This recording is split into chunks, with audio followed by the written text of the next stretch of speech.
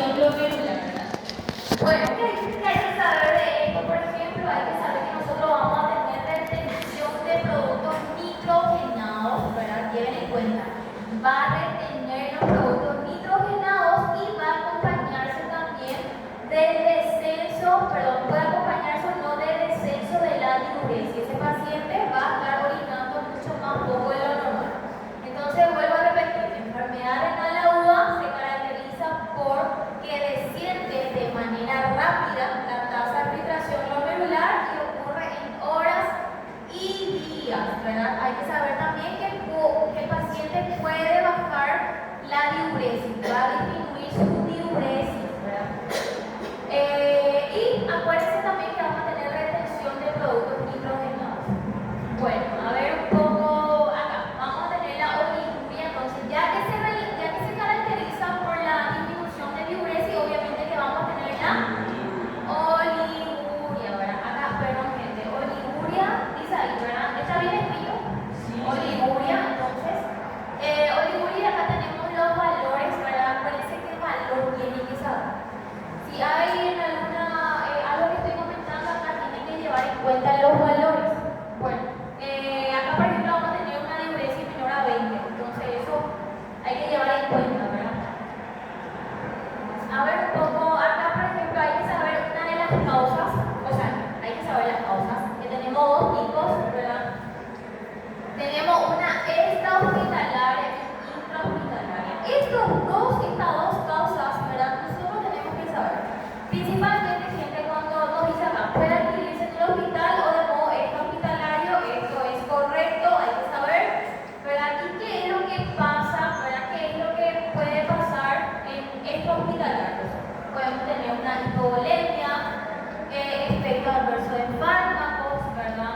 Obstrucción de las vías urinarias. Hay que saber que esa obstrucción de las vías urinarias puede ser a causa de algún tipo de cálculos, algún tipo de CA, ¿verdad? Y sucesivamente. Hospitalaria, esto es lo que es más fácil, ¿verdad? Siempre va a ser quirúrgicos, ¿verdad? O pacientes que están internados por varios tiempos, específicamente pacientes en terapia intensiva.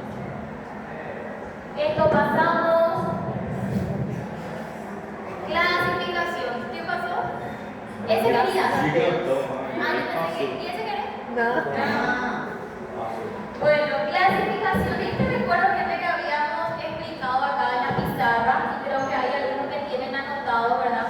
Porque esto es algo que tiene que llevar la frecuencia y cuál es la causa, ¿verdad? Por ejemplo, tenemos tres, esta es una clasificación, ¿verdad? Primeramente, o sea, la clasificación de la etiología, o sea, el origen de esa enfermedad. Tenemos tres, específicamente hablando de una hiperazoemia prerrenal, o también le puedo llamar hiperazoemia prerrenal o intrínseca de parénquima renal o renal nada más. Eso es lo que quería decir. Vuelvo a repetir. Prerrenal, renal o postrenal. ¿Está bien? Pero igual hay que llevar en cuenta la enfermedad intrínseca de parénquima renal. Sabe un nombre largo, pero hay que saber también.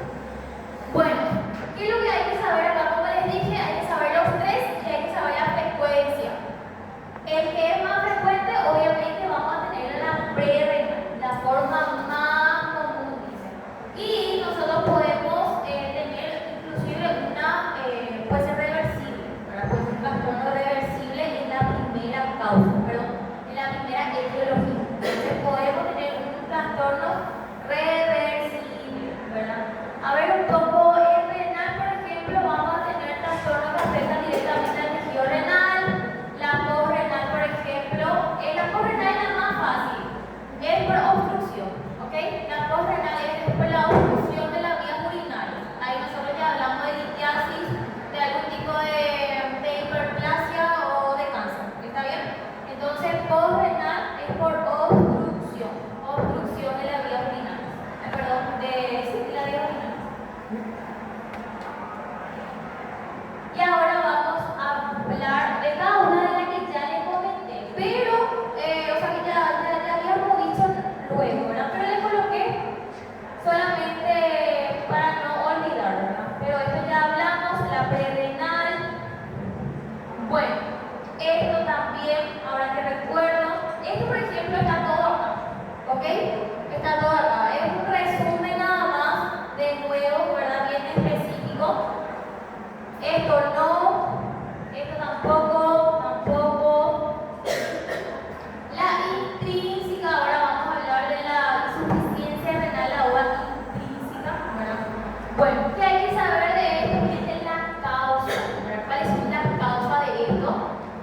específicamente una septicemia, isquemia, ¿verdad? Y hay que saber que esto se puede clasificar también, ¿verdad?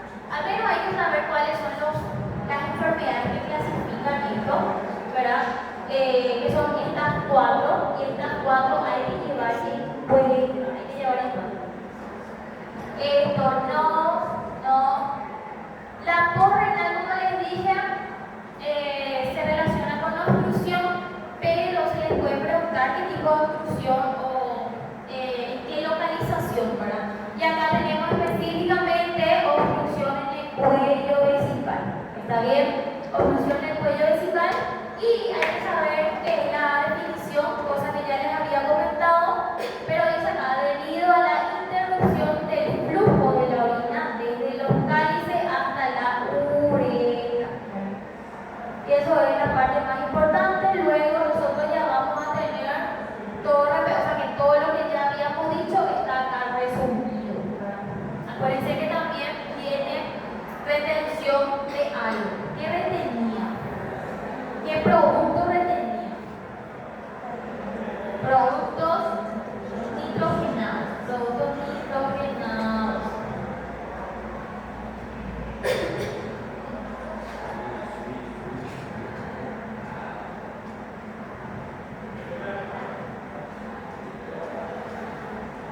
Complicaciones, gente. En complicaciones, por ejemplo, nosotros tenemos que saber todo esto, ¿verdad? Específicamente todo lo que habíamos dicho acá, hiperolemia, hiperlacemia, ¿verdad? Y así sucesivamente. Entonces, complicaciones hay que llevar en cuenta. Todo esto también, estas son todas complicaciones nada más. Esto, por ejemplo, no. Y terminamos.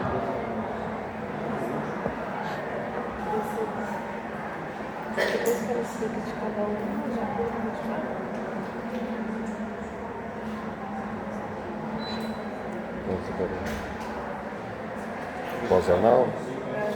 Não, tem o 14. Que explica 14. 14. Depois vai para complicação.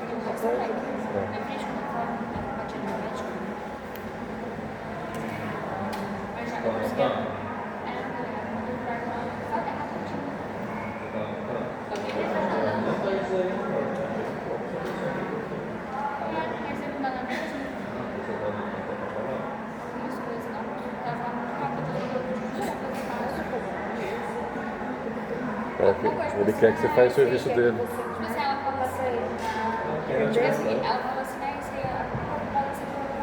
Bueno, gente, ahora vamos a seguir con la crónica.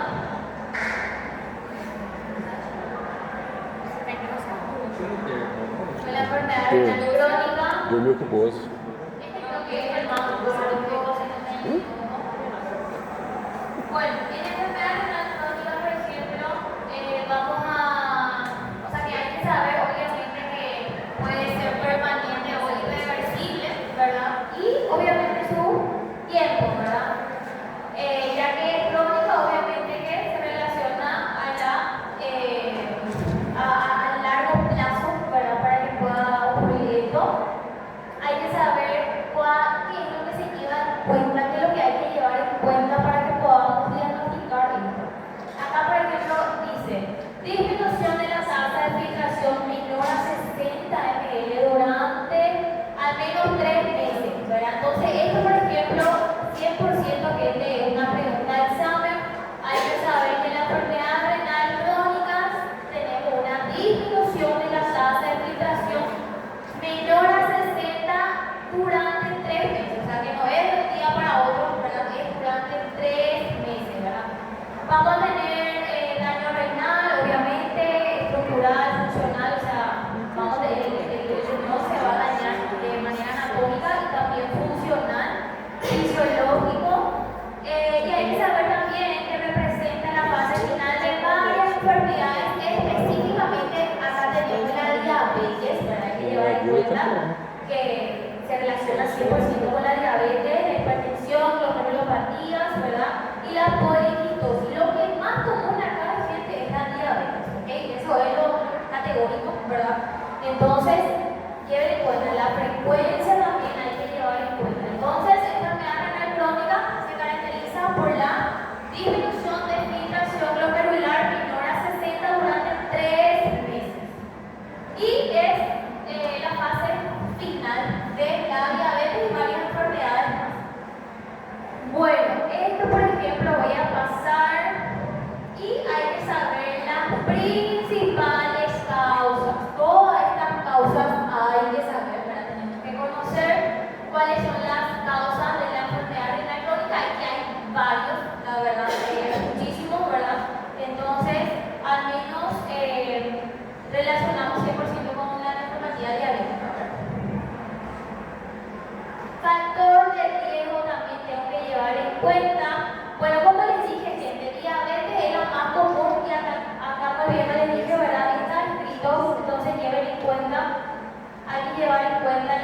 frecuencia, llevar en cuenta la frecuencia. Bueno, y los factores de riesgo, ¿verdad? Esto, por ejemplo, es lo más básico, pero al menos hay que saber unos 5, ¿verdad? Para poder citar, si le sale para citar, se me ha hecho 5 para citar, ¿no? 10. ¡Uy!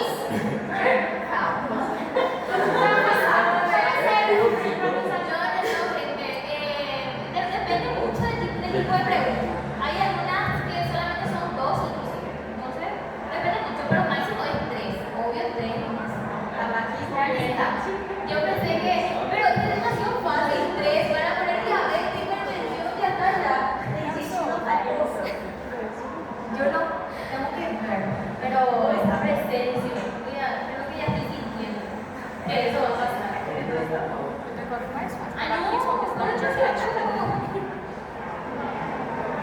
Mecanismos fisiopatológicos, ¿verdad? De esta enfermedad renal crónica nosotros tenemos el mecanismo fisiopatológico un poco extenso, ¿verdad?